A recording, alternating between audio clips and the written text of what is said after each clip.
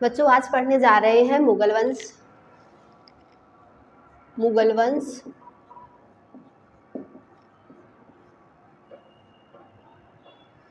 ठीक है। तो मुगल वंश का संस्थापक कौन है? पिछली क्लास में हमने थोड़ी सी चर्चा करी थी। बाबर। दिल्ली सल्तनत में लोधी वंश के आखिरी सुल्तान इब्राहिम लोधी को हराकर बाबर ने भारत में मुगल वंश की नींव डाली थी। सन कौन सा था? 1526। तो 1526 में जो है वो मुगल वंश की भारत में नींव पड़ी थी। अब जरा बाबर का थोड़ा सा इंट्रोडक्शन ले लेते हैं। कौन था, कहाँ से था? बाबर जो है, इसका जो जन्म हुआ था वो 1483 में वर्तमान जो उज्बेकिस्तान है वहाँ की एक जगह पर हुआ था। ठीक है। और माता की तरफ से ये चंगेज खान का वंशज था, मंगोल सेना नायक। और पिता की तरफ से ये तैमूर, हमने पढ़ा था तुगलक वंश के अंतर्गत 1398 में तैमूर लंग का भारत पर आक्रमण हुआ था। ठीक है, तो उसी का वंशज था।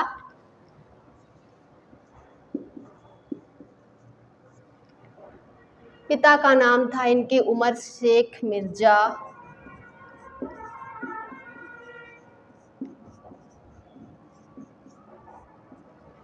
बारह वर्ष की अवस्था में अपने पिता की मृत्यु के बाद ये फरगाना, सेंट्रल एशिया में एक जगह, मध्य एशिया में, वहाँ के शासक थे उमर शेख मिर्जा। तो 12 वर्ष की अवस्था में बाबर जो है वो यहाँ पे शासक बना था। लेकिन बेटा इसका जो शुरुआती जीवन है वो बड़ा ही संघर्षपूर्ण रहा था। उज्बेकिस्तान के एक अन्य जो शासक था उसका नाम है शैबानी खान, जिसके द्वारा शैबानी खान के द्वारा इसके राज्य यानी कि फरगाना को क्या कर लिया गया? हड़प लिया गया। फरगाना इसके साथ साथ समरकंद जो है वो बाबर के हाथ से निकल गए। तब बाबर ने निर्णय लिया, या फिर उसने क्या किया? मूव टूवर्ड्स काबुल, वर्तमान अफगानिस्तान। तो उसने काबुल की तरफ जाने का निर्णय लिया और 1504 यानी कि 1504 में उसने कैप्चर भी कर लिया काबुल को।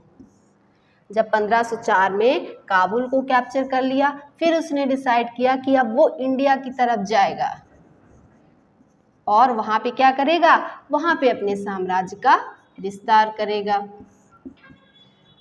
ठीक है। अब ऐसी क्या चीज़ें थी या ऐसी कौन सी बातें थी जो बाबर को अट्रैक्ट कर रही थी? किस चीज़ के लिए? भारत की तरफ आने के लिए उसको अट्रैक्ट कर रही थी। तो उसमें सबसे पहले तो है एक इनस्टेबिलिटी, जो हमने बात करी थी। भारत में एक अस्थिरता का माहौल था। किसके अंतर्गत? इब्राहिम लोदी के अंतर्गत।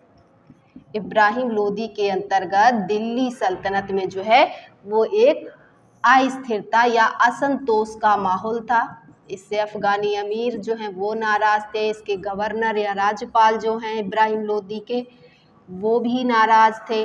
ठीक है, तो इस तरीके से एक तो ये बात होगी। दूसरी, भारत की जो वेल्थ है एंड जो फर्टाइल लैंड यानी कि जो उपजाऊ भूमि और भारत के धन की चर्चा सभी जगह होती थी पूरे विश्व में, है ना। तो वेल्थ और उपजाऊ भूमि ने भी इसे लालायित किया। तीसरी चीज जो है वो है बेटा इब्राहिम लोदी के अंतर्गत वीक लीडरशिप। आप इसको इसी में ही कंसीडर कर सकते हैं। ठीक है, और रही सही जो कसर थी वो पूरी कर दी। इनविटेशन, बार बार मिलने वाले इनविटेशन, जो आमंत्रण मिल रहे थे किसके द्वारा? आलम खान लोदी और दौलत खान लोदी, इनके द्वारा उसे इनवाइट किया गया कि आप भारत में आइए, हम आपको सपोर्ट करेंगे। ठीक है, तो इस तरीके से भारत जो है बाबर जो है वो भारत में आया। सॉरी, अब 1526 में बाबर ने इन दोनों के आमंत्रण पर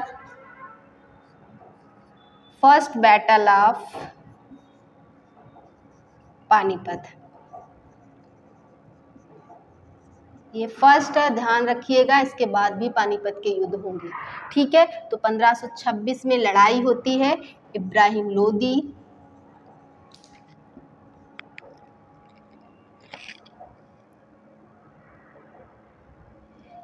लोदी एंड किसके बीच में? बाबर। ठीक है, और वही बात जो हमने पहले चर्चा करी थी पिछली क्लास में कि बाबर ने अपनाई थी कौन सी? तुलुगमा युद्ध पद्धति, जबकि इब्राहिम लोदी के पास थी पारंपरिक सेना,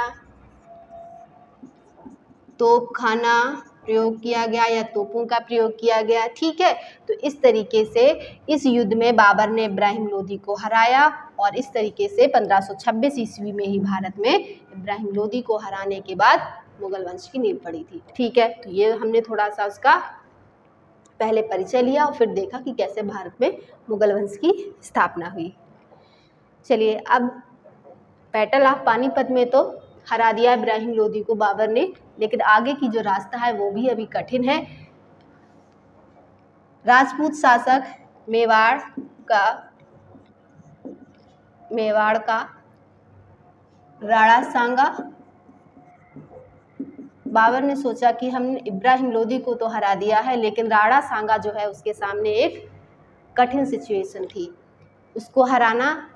तो इसी में इस 1527 ईस्वी में जब खानवा का युद्ध हुआ, बैटल ऑफ खानवा, राजस्थान में है खानवा जगह। ठीक है, तो वहां पर बाबर ने अपने सैनिकों का मनोबल बढ़ाने के लिए, उत्साह बढ़ाने के लिए, क्योंकि वो ये जानता था कि ये राणा सांगा की गिनती बहुत ही योग्य शासकों में, योग और वीर शासकों में होती थी उस समय, तो उसे पता था कि इसके लिए हमें सैनिकों का मनोबल बढ़ाना होगा, और तब उसने नारा दिया था जिहाद का।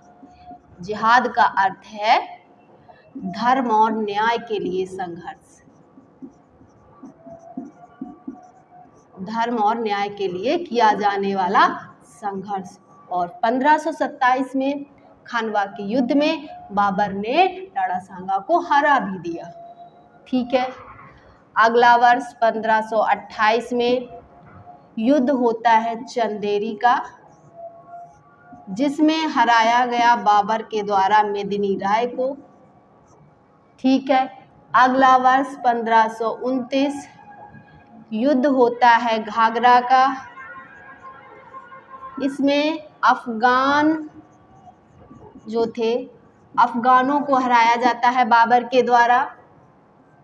ठीक है, तो इस तरीके से लगातार 1526, 27, 28, 29 उसने लगातार 4 वर्षों तक युद्ध किया और 1530 में मृत्यु हो जाती है बाबर की।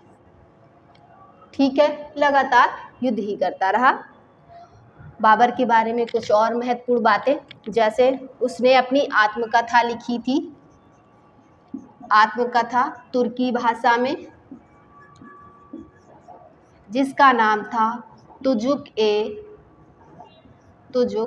बाबरी या फिर बाबर रामा। इसमें उसने इस किताब में उसने भारत की जलवायु और यहाँ की समाज के बारे में उल्लेख किया है, समाज और भारत की जलवायु के बारे में बताया है। ठीक है, तो ये हमने बेटा क्या है, इसने ही जो बाग बनाने की जो 4 बाग पद्धति है वो इसने ही इंट्रोड्यूस करी थी। जो बगीचे बनते हैं तो 4 बाग पद्धति जो है वो बाबर ने ही क्या करी थी, शुरुआत करी थी। 1530 में इसकी मृत्यु हुई थी। तो पहले तो इसको बरी किया गया था आगरा में, आगरा में इसकी कब्र, लेकिन बाद में इसको शिफ्ट कर दिया गया था कहाँ पर, काबुल में। ठीक है, तो इस तरीके से आज हमने देखा भारत में मुगल वंश की स्थापना और मुगल शासक, पहला मुगल शासक बाबर के बारे में।